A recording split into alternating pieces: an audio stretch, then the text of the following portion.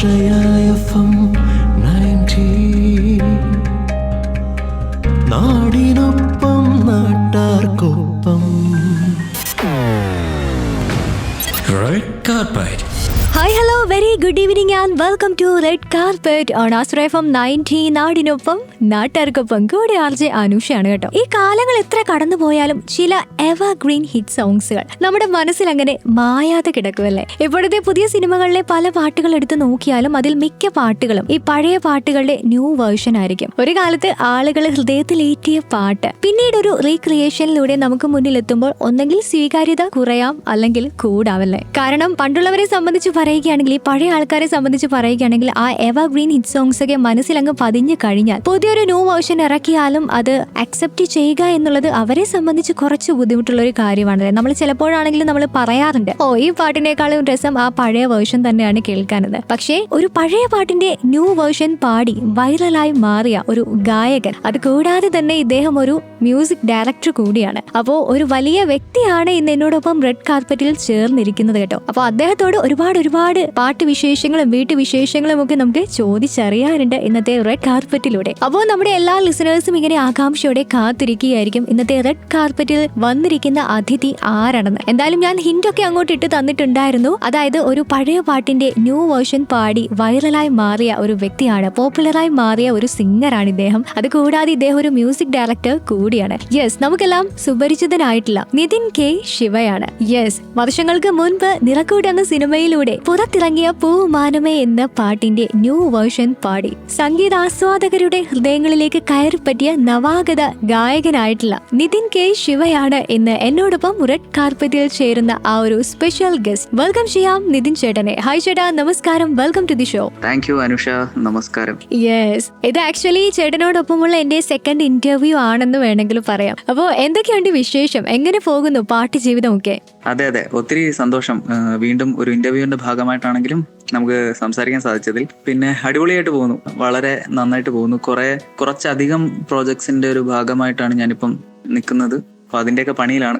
Okay, ഇപ്പൊ ചേട്ടന്റെ latest പാട്ടായിട്ട് ഇറങ്ങിയിരിക്കുന്നത് പെണ്ണിനെ ഇഷ്ടായോ എന്ന ഷോർട്ട് ഫിലിമിലെ കസവ് കരയുടുത്ത് എന്നുള്ള ഒരു പാട്ടാണ്. ആക്ച്വലി ഒരു ഫാസ്റ്റ് ജോണറിൽ വരുന്ന ഒരു പാട്ടാണ്. നോർമലി കൂടുതലും മെലഡി സോങ്സ് പാടിയാണ് നമ്മൾ കേട്ടിട്ടുള്ളത്. അപ്പോ ഈ ഒരു പാട്ടിനെ പറ്റിയിട്ട് എന്താണ് പറയാനുള്ളത്? പെണ്ണിനെ ഇഷ്ടായോ ആക്ച്വലി ഈ ഒരു ടീമിന്റെ കൂടെയുള്ള എന്റെ സെക്കൻഡ് പ്രോജക്റ്റ് ആണ്.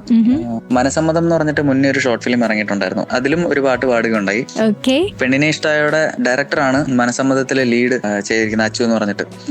അപ്പോ ആൻഡ് ഒബ്വിയസ്ലി ഭയങ്കര സന്തോഷം. കാരണം സാന്ത്വനം പോലൊരു സീരിയലിലെ അത്രയും അക്സെപ്റ്റൻസ് ഉള്ള ഒരു ജോഡി ലീഡ് ചെയ്യുന്ന ഒരു ഷോർട്ട് ഫിലിമിന്റെ ഭാഗമാവുക എന്ന് പറയുന്നത് തന്നെ ഭയങ്കര സന്തോഷമുള്ള കാര്യമല്ലേ. കാരണം ഒരുപാട് പേര് അവരെ ഇഷ്ടപ്പെടുന്ന ഒരുപാട് ആൾക്കാരുണ്ട്. അപ്പം അത് ഒത്തിരി ആൾക്കാർ കാണുന്ന ഒരു ഷോർട്ട് ഫിലിമിൽ എന്റെ വോയിസ് ഒരു പാട്ടിന്റെ ഭാഗമാവുക എന്ന് പറയുന്നത് തന്നെ ഭയങ്കര സന്തോഷമുള്ള കാര്യമാണ്. പിന്നെ ഒത്തിരി നല്ല ടെക്നീഷ്യൻസിന്റെ കൂടെ വർക്ക് ചെയ്യാൻ പറ്റി. എന്നെ ഇതിലേക്ക് വിളിക്കുന്നത് എന്റെ മ്യൂസിക് ഡയറക്ടറാണ്, ബോണി ചേട്ടനാണ്. ബോണി ലൂയിസ് എന്നാണ് പേര്. പിന്നെ ഇതിന്റെ സൗണ്ട് എഞ്ചിനീയർ. അപ്പൊ അങ്ങനെ ഒരുപാട് ടെക്നീഷ്യൻസിന്റെ കൂടെ നല്ല ടെക്നീഷ്യൻസിന്റെ കൂടെ വർക്ക് ചെയ്യാൻ പറ്റി. അതൊക്കെയാണ് സന്തോഷം.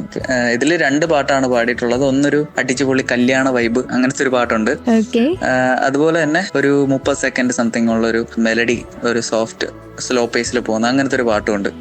രണ്ടും അടിപൊളിയായിട്ട് വന്നു, എല്ലാവർക്കും ഇഷ്ടപ്പെട്ടു എന്ന് അറിഞ്ഞതിൽ ഒരുപാട് സന്തോഷം. അതെ, യൂട്യൂബിലൊക്കെ സെർച്ച് ചെയ്ത് കഴിഞ്ഞാൽ പെണ്ണിന് ഇഷ്ടമായി എന്ന ഷോർട്ട് ഫിലിം, അതോടൊപ്പം തന്നെ നമ്മുടെ നിതിൻ ചേട്ടൻ പാടിയിട്ടുള്ള ഈ ഒരു കസവ് കരയുടുത്ത് എന്ന പാട്ട് നമുക്ക് കേൾക്കാനായിട്ട് സാധിക്കുന്നതാണ്. അപ്പോൾ ചേട്ടാ, ഒരുപാട് കവർ സോങ്സ് ചെയ്താണ് ചേട്ടൻ ആക്ച്വലി ആദ്യമേ ഒക്കെ വൈറലായത് എന്ന് വേണമെങ്കിൽ നമുക്ക് പറയാല്ലേ. അപ്പൊ അതിനുശേഷമാണ് സരിഗമപ എന്ന ഒരു മ്യൂസിക് റിയാലിറ്റി ഷോയിലേക്ക് കടന്നു വരുന്നത്. അപ്പോൾ ഈ കവർ സോങ്സ് ചെയ്യുന്നതിൽ തന്നെ ഇപ്പോൾ ഏറ്റവും റീസെന്റ് ആയിട്ട് ചേട്ടൻ ചെയ്തിട്ടുള്ള ARMലെ കിളിയെ എന്ന പാട്ട് ആക്ച്വലി ഒറിജിനൽ ആണോ എന്ന് നമുക്ക് ഡൗട്ട് അടിക്കും. കാരണം എനിക്കും ആദ്യം കേട്ടപ്പോൾ ഞാനും വിചാരിച്ചത് ഇത് ഹരിശങ്കറിന്റെ വോയിസ് പോലെ തന്നെ തോന്നുന്നല്ലോ എന്ന് ഞാനും ചിന്തിച്ചിരുന്നു. അപ്പൊ അത്രത്തോളം സിമിലാരിറ്റി അത് കേൾക്കുമ്പോൾ നമുക്ക് ഫീൽ ആവുന്നുണ്ട്. അപ്പൊ അതിനെപ്പറ്റി എന്താണ് പറയാനുള്ളത്? ഈ കവേഴ്സിന്റെ കാര്യം പറയുമ്പോഴത്തേക്ക് എനിക്ക് ഏറ്റവും കൂടുതൽ വരുന്ന സജഷൻസ് ആണ് ആ പാട്ട് പാടി, ഈ പാട്ട് പാടി, ആ ട്രെൻഡ് ഫോളോ ചെയ്യും, ഈ ട്രെൻഡ് ഫോളോ ചെയ്യുന്നൊക്കെ പറഞ്ഞിട്ട് ഇഷ്ടംപോലെ പറയും. അപ്പൊ ഞാൻ ശരിക്കും പറഞ്ഞാൽ ഇതിന് ഓപ്പോസിറ്റിൽ സഞ്ചരിക്കുന്ന ഒരാളാണ്. കാരണം എനിക്കും കൂടെ സജഷൻസ് വരുമെങ്കിലും ട്രെൻഡ് ഫോളോ ചെയ്യാൻ പലപ്പോഴും മുതിരാറില്ല. കാരണം ചില പാട്ടുകൾ ട്രെൻഡ് സെറ്റ് അനുസരിച്ച് പോകുന്ന പാട്ടായിരിക്കും, പക്ഷെ ആ പാട്ട് ചിലപ്പോൾ നമുക്ക് ഇഷ്ടപ്പെട്ടില്ലെന്നുണ്ടെങ്കിൽ അത് ചെയ്യാൻ താല്പര്യം കാണത്തില്ല. താല്പര്യമില്ലാത്ത കാര്യത്തിന് വെറുതെ എഫേർട്ട് ഇട്ട് സമയം കളയണ്ടല്ലോ എന്നുള്ളത് കൊണ്ട് അതിനുവേണ്ടി ഒന്നും ചെയ്യാറില്ല. പക്ഷെ ഇതുപോലെ വളരെ റെയർ ആയിട്ടാണ് ചിലതൊക്കെ സംഭവിക്കുന്നത്. ഇപ്പൊ ARMൽ ഈ പാട്ടെന്ന് പറയുന്നത് ദിബു ചേട്ടന്റെ ഓൾറെഡി തമിഴിൽ വന്നിട്ടുള്ള ഹിറ്റ് സോങ്സ് ഒക്കെ നമുക്കറിയാം, എല്ലാം ഭയങ്കര ഫേവറേറ്റ്സ് ആണ്. നീ കവിതകളാണെങ്കിലും ഒക്കെ ഞാൻ ഇഷ്ടം പോലെ വേദികളിൽ പാടിയിട്ടുള്ളതൊക്കെ ആണ്. ഒത്തേടി പാതയിലെ അതിന്റെ ഒരു കൾച്ചറുള്ള ഒരു സോങ് ആണ് ഇപ്പം ARMലെ കിളി എന്ന് പറയുന്ന പാട്ടും. കിളി ഇറങ്ങേണ്ട താമസം കേട്ടു, ഇഷ്ടപ്പെടുത്തി കളഞ്ഞു. അതിനുശേഷം വേറെ ഒന്നും വിചാരിക്കുന്നില്ല. എനിക്ക് ഈ കാര്യത്തിലൊക്കെ ഭയങ്കര പേഷ്യൻസ് ഇല്ലാത്ത ആളാണ്. പേഷ്യൻസ് ലൈക്ക് ഇതിന്റെ റെക്കോർഡ് ചെയ്യണം, പെട്ടെന്ന് ഇത് ചെയ്യണം എന്നുള്ളൊരു മൈൻഡ് സെറ്റ് ആണ്. അപ്പോൾ ഞാൻ പെട്ടെന്ന് ഇത് ചെയ്തിറക്കി. എനിക്ക് തോന്നുന്നു ഫസ്റ്റ് കവർ ഇതിന്റെ ചെയ്യുന്നത് ഞാൻ തന്നെ ആയിരിക്കും എന്ന് എനിക്ക് തോന്നുന്നത്. അവകാശവാദം ഒന്നുമല്ല, ഞാൻ വേറെ ആരും കണ്ടില്ല, ഞാനായിരിക്കും എന്ന് വിശ്വസിക്കുന്നു. അപ്പോ എന്തായാലും ഒത്തിരി സന്തോഷം. പിന്നെ ഈ പറയുന്ന വോയിസ് സിമിലാരിറ്റി എന്ന് പറയുന്നത് ഞാൻ ഒരു കോംപ്ലിമെന്റ് ആയിട്ടൊന്നും എടുക്കത്തില്ല, കാരണം ഞാൻ അതിനെ ബ്രേക്ക് ചെയ്യാൻ ഇനി നോക്കത്തുള്ളൂ. കാരണം അറിയാലോ, എപ്പോഴും ഒരു യുണീക്നെസ് അതെന്തോ ഒരു ഇത് വന്നതാണ്. കാരണം ഇത് ഒരിക്കലും ഒരു അബ്രപ്റ്റ്ലി ഒരു മോശം രീതിയിൽ ഞാൻ പറയുന്നതല്ല. ചില പാട്ടുകൾ നമ്മൾ മറ്റുള്ളവർ പാടി കേട്ടിട്ട് നമ്മൾ പാടുമ്പോൾ ഒരു ഇമിറ്റേഷൻ അല്ലെങ്കിൽ അതങ്ങനെ വന്നു പോകും. അതങ്ങനെ സ്വാഭാവികമായിട്ട് സംഭവിച്ചതാ. അത് കുറെ പേര് പറഞ്ഞു കഴിഞ്ഞപ്പോഴാണ് ഞാനും അത് ശ്രദ്ധിക്കുന്നത്. ചിലപ്പോൾ നല്ലതായിരിക്കാം, ചിലപ്പോൾ അത് ഒരു കോംപ്ലിമെന്റ് ആയിട്ട് ചിലപ്പോൾ എടുക്കാൻ പറ്റത്തില്ലായിരിക്കാം എന്തോ. പക്ഷെ ആ പാട്ട് എല്ലാവർക്കും ഇഷ്ടപ്പെട്ടു, അതിൽ ഒരുപാട് സന്തോഷം. അപ്പൊ ചേട്ടാ, പൊതുവെ നോക്കുകയാണെങ്കിൽ ഈ ചില സിംഗേഴ്സിന് ഈ ലൈവ് പ്രോഗ്രാംസ് ചെയ്യാനായിരിക്കും കൂടുതൽ താല്പര്യം. ഇനി മറ്റു ചില പാട്ടുകാരുണ്ട്, അവരെ സംബന്ധിച്ച് റെക്കോർഡിംഗ് പ്രോഗ്രാംസ് അല്ലെങ്കിൽ ഈ റെക്കോർഡിങ്സ് മാത്രമായിരിക്കും അവർക്ക് ഓക്കെ ആയിട്ട് വരുന്നത്. അപ്പോൾ ചേട്ടനെ സംബന്ധിച്ച് ഇതിൽ ഏതാണ് കൂടുതൽ ഇഷ്ടം? എനിക്കിത് രണ്ടും പാരലലി കൊണ്ടുപോകാനാണ് ഇഷ്ടം. കുറച്ചും കൂടെ കൂടുതൽ ഇഷ്ടം ചോദിക്കുകയാണെന്നുണ്ടെങ്കിൽ ഐ വിൽ ഓപ്റ്റ് ലൈവ്. കാരണം ലൈവ് അതൊരു വേറെ ഫീലാണ്, നമുക്കൊരു പ്രത്യേക എനർജിയാണ്. മറ്റേതൊരു സ്റ്റുഡിയോയ്ക്കകത്ത് ഒരു അടച്ചിട്ട റൂമിൽ നമ്മൾ ഒന്നെങ്കിലും ഞാൻ ഒറ്റയ്ക്കായിരിക്കും, അല്ലെങ്കിൽ കോ മ്യൂസീഷ്യൻസ് കാണും, റെക്കോർഡ് ചെയ്യാൻ വരുന്ന ആർട്ടിസ്റ്റുകൾ കാണും, ഒരു കുറച്ച് ആൾക്കാരുമായിട്ടുള്ള ഒരു കമ്മ്യൂണിക്കേഷൻ മാത്രമല്ലേ. മറ്റേന്ന് പറയുന്നത് അങ്ങനെ അല്ലല്ലോ. പാട്ട് കമ്പോസ് ചെയ്ത് അത് എവിടേക്കോ ഇരിക്കുന്ന ആൾക്കാരിലേക്ക് എത്തി അവരുടെ കയ്യിൽ നിന്ന് പിന്നെ ഒരു കമന്റോ അല്ലെങ്കിൽ ഫോൺ വിളി ഇതെല്ലാം കഴിഞ്ഞ് വരുമ്പോഴത്തേക്ക് ഇതിന്റെ റെസ്പോൺസ് വരുമ്പോഴത്തേക്ക് ഒരുപാട് സമയം എടുക്കും. ഇതൊന്നും അല്ലാതെ ലൈവ് എന്ന് പറയുന്നത് ഇമ്മീഡിയറ്റ് റെസ്പോൺസ് അല്ലേ. തീർച്ചയായിട്ടും ഞാനിപ്പോ ഒരു പാട്ട് പാടി അവർക്ക് ഇഷ്ടപ്പെടുകയാണെന്നുണ്ടെങ്കിൽ ആ എനർജി അവർ ഇങ്ങോട്ട് തരുന്നു, തിരിച്ച് അതിന്റെ ഇരട്ടി എനിക്ക് അങ്ങോട്ട് കൊടുക്കാൻ പറ്റുന്നു. അത് ഓൺ ദ സ്പോട്ട് അത് സംഭവിക്കുന്നതാണ്. ചിലടത്ത് അത് സംഭവിക്കും, ചിലർക്ക് ശരിയാവും, ചിലർക്ക് ശരിയാവില്ല എന്ന് പറയുന്ന നമുക്ക്. അത് ഭയങ്കര ഒരു എനർജിയാണ്. എനിക്ക് അറിയത്തില്ല, എന്നോട് പലരും പറഞ്ഞിട്ടുണ്ട്, നീ ഇപ്പൊ പാട്ട് പാടുമ്പോഴാണെങ്കിൽ തന്നെ ഞാൻ ചിലപ്പോൾ സംസാരിക്കുന്നത് കേട്ട് കഴിയുമ്പോഴത്തേക്ക് ആൾക്കാർ ചോദിക്കും, പാട്ട് പാടുന്നതും സംസാരിക്കുന്നതും തമ്മിൽ ഭയങ്കര വ്യത്യാസം ഉണ്ടല്ലോ, നീ തന്നെയാണെന്ന് മനസ്സിലാവുന്നില്ല എന്നുള്ളത് ഇത് പറയാറുണ്ട്. അപ്പോ അതുപോലെ തന്നെയാണ് സ്റ്റേജിൽ കയറുമ്പോൾ എനിക്കൊരുമാതിരി വട്ടാണ്. ഞാൻ ചിലപ്പോൾ ഡാൻസ് കളിക്കും, ഞാൻ ഓരോ പ്രാന്തൊക്കെ കാണിക്കും. എനിക്ക് ഭയങ്കര എനർജിയാണ് ആ സമയത്ത്. അതൊരു പോസിറ്റിവിറ്റി തന്നെയാണ്. അത് ഒരിക്കലും ഒരു സ്റ്റുഡിയോ റൂമിൽ റെക്കോർഡിങ് ഇതിൽ കിട്ടില്ല. പക്ഷെ ഒബ്വിയസ്ലി റെക്കോർഡിങ് അടിപൊളിയാണ്. കാരണം നമ്മൾ അത്രയും നമ്മുടെ വോയിസ് കൾച്ചർ ചെയ്ത് ഒരു പുതിയൊരു ബേബിയെ നമ്മൾ ഉണ്ടാക്കിയെടുക്കുകയാണ്, പ്രോഡക്റ്റ് ഉണ്ടാക്കിയെടുക്കുകയാണ്. അപ്പൊ അതിനു വേണ്ടിയിട്ട് ഇടുന്ന എഫേർട്ട് ചെറുതല്ല. നമ്മൾ എത്രയോ വർഷത്തെ നമ്മുടെ പ്രാക്ടീസ് അല്ലെങ്കിൽ നമ്മൾ പഠിച്ച കാര്യങ്ങളായിരിക്കും ഒരു പാട്ടിന് വേണ്ടിയിട്ട് നമ്മൾ കോൺട്രിബ്യൂട്ട് ചെയ്യുന്നത്. അപ്പൊ അത് കുറെ ആൾക്കാരുടെ മൈൻഡിൽ ഉള്ള കാര്യങ്ങൾ ഒരു പാട്ടിലേക്ക് ഇൻവോൾവ് ചെയ്ത് അതൊരു പാട്ടായി പുറത്തു വരുമ്പോഴത്തേക്ക് നമുക്കത് ഭയങ്കര സന്തോഷമാണ്. അതിലുപരി അത് ഒരു സ്റ്റേജിൽ പെർഫോം ചെയ്യാൻ അവസരം കിട്ടിക്കഴിഞ്ഞാൽ അത് അതിന്റെ ഇരട്ടി സന്തോഷമാണ്. അപ്പൊ ചേട്ടൻ ഇപ്പൊ ഒരു സിംഗർ എന്ന ലേബിൾ മാത്രമല്ല, ഒരു മ്യൂസിക് ഡയറക്ടർ എന്ന പദവിയിലേക്ക് കൂടി കടന്നിരിക്കുകയാണ്. ആക്ച്വലി സിംഗർ, കമ്പോസർ, ഇതിൽ ഏതിനോടാണ് താല്പര്യം കൂടുതൽ? മ്യൂസിക് ഡയറക്ഷന്റെ കാര്യം പറയുന്നത് ഭയങ്കര കോമഡിയാണ്. ഇതിന്റെ തുടക്കകാലത്തെ കഥ ഭയങ്കര കോമഡിയാണ്. ഞാൻ എന്റെ ഫ്രണ്ട്സിനോട് പറഞ്ഞിട്ട് അവരെല്ലാരും ഒരുപാട് ചിരിക്കാനുള്ള ഇൻസിഡൻസ് ഉണ്ട്. കാരണം ഞാനുണ്ട്, എന്റെ കുറെ ഫ്രണ്ട്സ് ഉണ്ട്. അപ്പൊ അവരുടെ എല്ലാം സ്റ്റോറീസ് ഇതിൽ ഒരുപാടുണ്ട്. അത് എപ്പോഴെങ്കിലും ഞാൻ ഷെയർ ചെയ്യാം. ബട്ട് ഇപ്പൊ ചോദിച്ചത് മ്യൂസിക് ആണോ സിംഗിങ് ആണോ ഇതെന്ന് ചോദിക്കുമ്പോൾ എനിക്ക് ആക്ച്വലി സിംഗിങ് കഴിഞ്ഞിട്ടാണ് മ്യൂസിക് കമ്പോസിഷൻ വന്നത്, മ്യൂസിക് ഡയറക്ഷൻ വന്നത്. പക്ഷേ ഇത് രണ്ടും ഇപ്പം അച്ഛനോടും അമ്മയോടും ചോദിച്ചാൽ മക്കളിലെ രണ്ടുപേരിൽ ഏതാളോടാ കൂടുതൽ ഇഷ്ടം രണ്ടുപേരും ഇഷ്ടമാണെന്നല്ലേ പറയത്തുള്ളൂ. അതുപോലെ തന്നെ അതുപോലെയാണ്. ഇപ്പം ഞാൻ പണ്ട് പാട്ട് പാടിക്കൊണ്ടിരുന്ന സമയത്ത് എനിക്ക് ബാക്കിയുള്ള മ്യൂസിക് ഡയറക്ടേഴ്സിന്റെ അടുത്ത് നമുക്ക് എല്ലാവർക്കും ആഗ്രഹമല്ലേ സ്വന്തം ആയിട്ട് പാട്ട് പാടുക. സിനിമാ പാട്ടുകൾ വേറൊരാൾ പാടിയ പാട്ടുകൾ പാടുന്നതല്ലാതെ നമ്മൾ സ്വന്തമായിട്ട് എന്റെ വോയിസിൽ പിറന്ന പാട്ടാണെന്നൊക്കെ പറയാൻ ഭയങ്കര ഇഷ്ടമല്ല. അപ്പൊ അങ്ങനെ ചാൻസ് ചോദിച്ച് നടന്ന് എനിക്ക് അങ്ങനെ അവസരം കിട്ടാതിരുന്നപ്പോൾ ഞാൻ തന്നെ കണ്ടെത്തിയ വഴിയാണ് വൈ നോട്ട് മ്യൂസിക് ഡയറക്ഷൻ. അപ്പൊ അങ്ങനെ തുടങ്ങിയതാണ്. ഞാൻ തന്നെ കമ്പോസ് ചെയ്തിട്ട് ഞാൻ തന്നെ വരികളൊക്കെ എഴുതി പാട്ടുകൾ സ്വന്തമായിട്ട് ഉണ്ടാക്കാൻ തുടങ്ങി. അതെല്ലാം ഉണ്ടാക്കി ഞാൻ തന്നെ കേട്ടോണ്ടിരുന്നു കുറെ കാലം. അതിനുശേഷം പിന്നീട് അതിന് സീരിയസ് ആയിട്ട് എടുക്കാൻ തുടങ്ങി. എനിക്ക് അതിന്റെ ഓപ്പർച്യൂണിറ്റീസ് വന്നു. പലരും ഷോർട്ട് ഫിലിംസ് ചെയ്യാൻ തുടങ്ങുമ്പോഴും ഇങ്ങനെ ആൽബംസ് ചെയ്യണം, അതുപോലെ മറ്റുള്ളവർ ആവശ്യപ്പെട്ട് വന്നപ്പോഴും പിന്നെ സ്വന്തമായിട്ട് ഞാനും ഫ്രണ്ട്സും ഒക്കെ ചേർന്നിട്ട് മ്യൂസിക് വീഡിയോസ് ചെയ്യാൻ തുടങ്ങി. അങ്ങനെ ചെയ്ത് വന്നതാണ്. ആ സമയത്തൊക്കെ ഭയങ്കര രസമാണ്. ഇതൊക്കെ കോപ്പീഡിങ് കാര്യങ്ങളും ഒക്കെയാ, ഇൻസ്പിറേഷൻ ഒന്നുമല്ല എന്നൊക്കെ നമുക്ക് തോന്നും. പക്ഷെ ആര് ചോദിച്ചാലും സമ്മതിക്കത്തില്ല. ഇത് നമ്മൾ ഏതെങ്കിലും ഒരു പാട്ട് കേൾക്കുന്നു, ഈ പാട്ട് പോലെ ഒരു പാട്ട് വേണമെന്ന് പറയുന്നു, ഓക്കെ അതിന്റെ 5-6 കോഡിങ് എടുക്ക്, ഓക്കെ അതുമായിട്ട് സാമ്യം തോന്നാനും കുഴപ്പമില്ല, ഇതാണ് ട്യൂണ് എന്ന് പറഞ്ഞിട്ട് നമ്മളൊരു പാട്ടങ്ങ് ഉണ്ടാക്കുക. അപ്പൊ അതൊക്കെ കഴിഞ്ഞിട്ട് ഇത് ഭയങ്കര സീരിയസ് ആയി തുടങ്ങിയപ്പോഴത്തേക്ക് നമ്മൾ ചെയ്യുന്നതിനോടുള്ള ഒരു ഇഷ്ടം കൂടുമ്പോഴത്തേക്ക് നമ്മൾ അതിനെ കാണുന്ന പെർസ്പെക്റ്റീവ് വേറെ ആവത്തില്ലേ. അപ്പൊ അങ്ങനെ ഒരു കുഞ്ഞിനെ എങ്ങനെയാണോ വളർത്തിക്കൊണ്ടുവരുന്നത്, അതുപോലെ ഭയങ്കര കഷ്ടപ്പെട്ട് പഠിച്ച് വളർത്തിയ ഒരു കഴിവ് തന്നെയാണ് മ്യൂസിക് ഡയറക്ഷൻ എന്ന് പറയുന്നത്. ഇപ്പോഴും അതിനകത്ത് ഞാൻ പഠിച്ചുകൊണ്ടിരിക്കുക. എനിക്ക് ഇപ്പോഴും അറിയാത്ത ഇഷ്ടംപോലെ കാര്യങ്ങളുണ്ട് അതിനകത്ത്.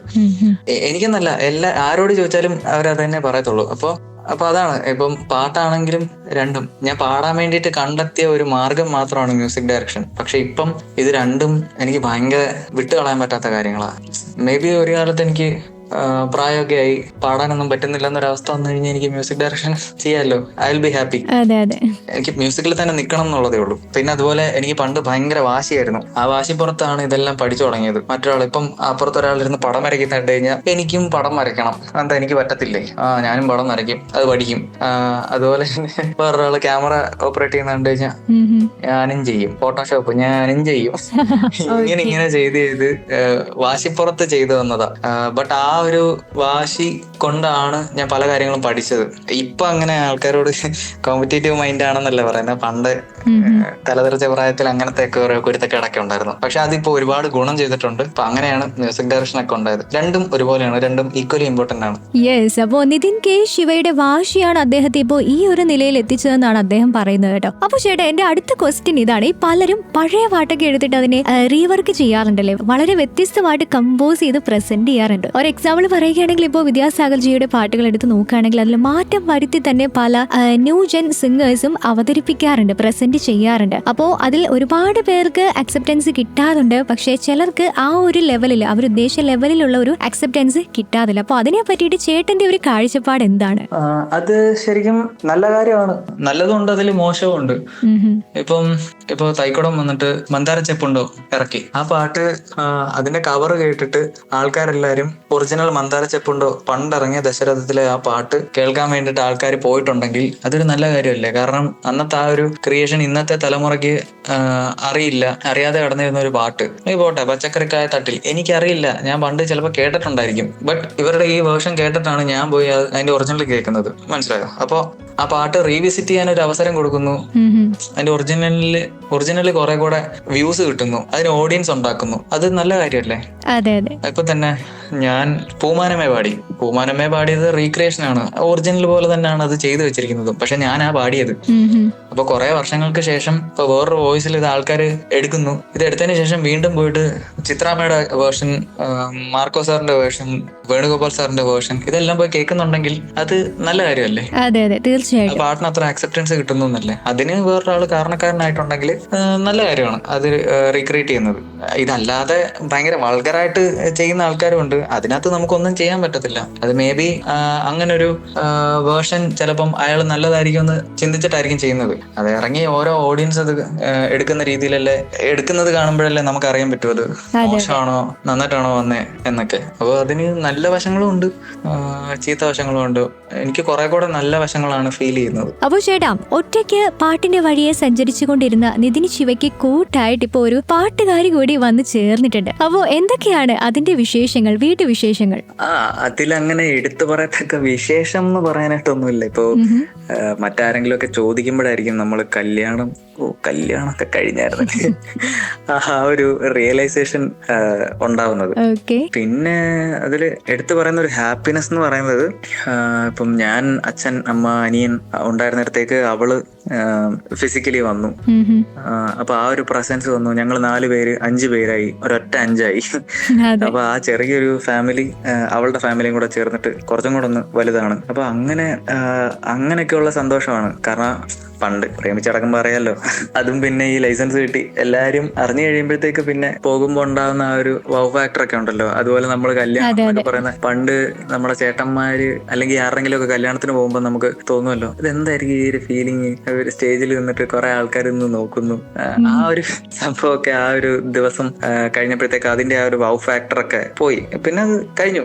അങ്ങനെ കല്യാണം കഴിഞ്ഞ ആ ഒരു ഫീല് അങ്ങനത്തെ ഒരു ഇതൊന്നുമില്ല. ഞങ്ങള് തന്നെയാണ്. അപ്പൊ അതൊക്കെയാണ്. പണ്ട് എന്റെ ഒരു ഫ്രണ്ട് വരി എഴുതിയിട്ട് ഞാൻ കമ്പോസ് ചെയ്തൊരു പാട്ട് പാടാൻ വേണ്ടിയിട്ടാണ് അവൾ എന്റെ ലൈഫിലേക്ക് വരുന്നത്.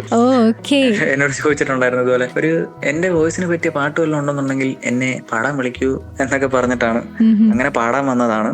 അപ്പോ വലിയൊരു ജേണിയാണ്.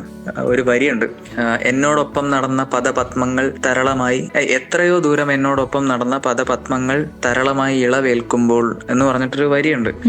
അപ്പൊ അതില് പറയുന്നത് പോലെ തന്നെ എത്രയോ ദൂരം ഒരുമിച്ച് സഞ്ചരിച്ച ആൾക്കാരാണ്. അപ്പൊ ഇനിയും ഒരുപാട് ദൂരങ്ങൾ താണ്ടാനുണ്ട്. അതൊക്കെയാണ് ഞങ്ങൾ കാണുന്ന സന്തോഷം. Being together. നേരത്തെ ആ ചോദ്യത്തിൽ ചോദിച്ച പോലെ തന്നെ ഒരു കൂട്ട് വന്നല്ലോ. ആ കൂട്ടാണ് ഞാൻ കാണുന്ന ഇമോഷൻ, ഫീലിംഗ്, ഞങ്ങൾ കാണുന്ന ഫീലിംഗ്. അപ്പോ അതൊക്കെയാണ് വിശേഷങ്ങൾ. പിന്നെ അവള് വരി എഴുതുകയുണ്ടായി. ഞാൻ ഇപ്പൊ റീസെന്റ് ആയിട്ട് റിലീസ് ആവാൻ പോകുന്ന സംഭവാമി യുഗേ യുഗേ എന്ന് പറഞ്ഞിട്ടുള്ള ഒരു വെബ് സീരീസ് ഉണ്ട്. അപ്പൊ അതില് ഞാൻ പാടിയ ആ പാട്ടിന് അവളാണ് വരി എഴുതിയിരിക്കുന്നത്. അപ്പൊ അതൊരു വിശേഷമാണ്. ഞങ്ങൾ ഒരുമിച്ചുള്ള ഒരു പ്രോജക്ട്. അപ്പൊ അതെല്ലാരും പോയി കേൾക്കുക. തീർച്ചയായിട്ടും എല്ലാവരും ആ ഒരു പ്രോജക്റ്റ് കേൾക്കുന്നതായിരിക്കും കേട്ടോ. അപ്പോൾ എന്തായാലും ചേട്ടാ ഒരുപാട് സന്തോഷമുണ്ട്. കാരണം ഇത്രയും ടൈം ഭയങ്കര തിരക്കാണെന്ന് നമുക്കറിയാം. ആ തിരക്കിനിടയിൽ നിന്നുകൊണ്ടും നമുക്ക് ഈ ഒരു ഇന്റർവ്യൂ തരാനായിട്ട് മനസ്സ് കാണിച്ചു. അതിന് ഒരുപാട് നന്ദി അറിയിക്കുകയാണ്. ആൻഡ് ഇനിയും ചേട്ടന്റെ ശബ്ദത്തിലും അതുപോലെ തന്നെ വൈഫിന്റെ ആ വരികളിലൂടെയും ഒരുപാട് നല്ല നല്ല ഗാനങ്ങൾ മലയാള സിനിമയ്ക്ക് ലഭിക്കാനായിട്ട് സാധിക്കട്ടെ, നമുക്ക് കേട്ട് ആസ്വദിക്കാനായിട്ട് കഴിയട്ടെ എന്നുള്ള ഒരു പ്രാർത്ഥനയോടെയും ആശംസയോടും കൂടി ഈ ഒരു റെഡ് കാർപ്പറ്റ് എന്ന പ്രോഗ്രാം വൈൻഡപ്പ് ചെയ്യുകയാണ്. ആൻഡ് ഒരിക്കൽ കൂടി thank you so much. Sure ഉറപ്പായിട്ടും ഒരുപാട് സന്തോഷം. ആൻഡ് താങ്ക് യു എന്നെ ഇവിടെ വിളിച്ചതിൽ. പിന്നെ അതുപോലെ എന്താ പറയാ, എല്ലാവർക്കും നല്ലൊരു ദിവസം ആശംസിക്കുന്നു. അടിപൊളിയായിട്ട് പോട്ടെ എല്ലാവർക്കും. Thank you. യെസ്, അപ്പോൾ സിംഗറും മ്യൂസിക് ഡയറക്ടറുമായിട്ടുള്ള നിതിൻ കെ ശിവയായിരുന്നു ഇത്രയും നേരം എന്നോടൊപ്പം റെഡ് കാർപ്പറ്റിൽ ചേർന്ന ആ ഒരു സ്പെഷ്യൽ ഗസ്റ്റ് എന്ന് പറയുന്നത്. അപ്പോൾ റെഡ് കാർപ്പറ്റ് വൈൻഡപ്പ് ചെയ്ത് ഞാൻ പതിയെ സ്കൂട്ട് ആവുകയാണ്. ഇനിയും ഒരുപാട് നല്ല പ്രോഗ്രാംസും പാട്ടുകളും ഒക്കെ ബാക്ക് ടു ബാക്ക് ആയിട്ട് വരാനുണ്ട്. So keep on listening to astray from 90 നാടിനൊപ്പം നാട്ടാർക്കൊപ്പം.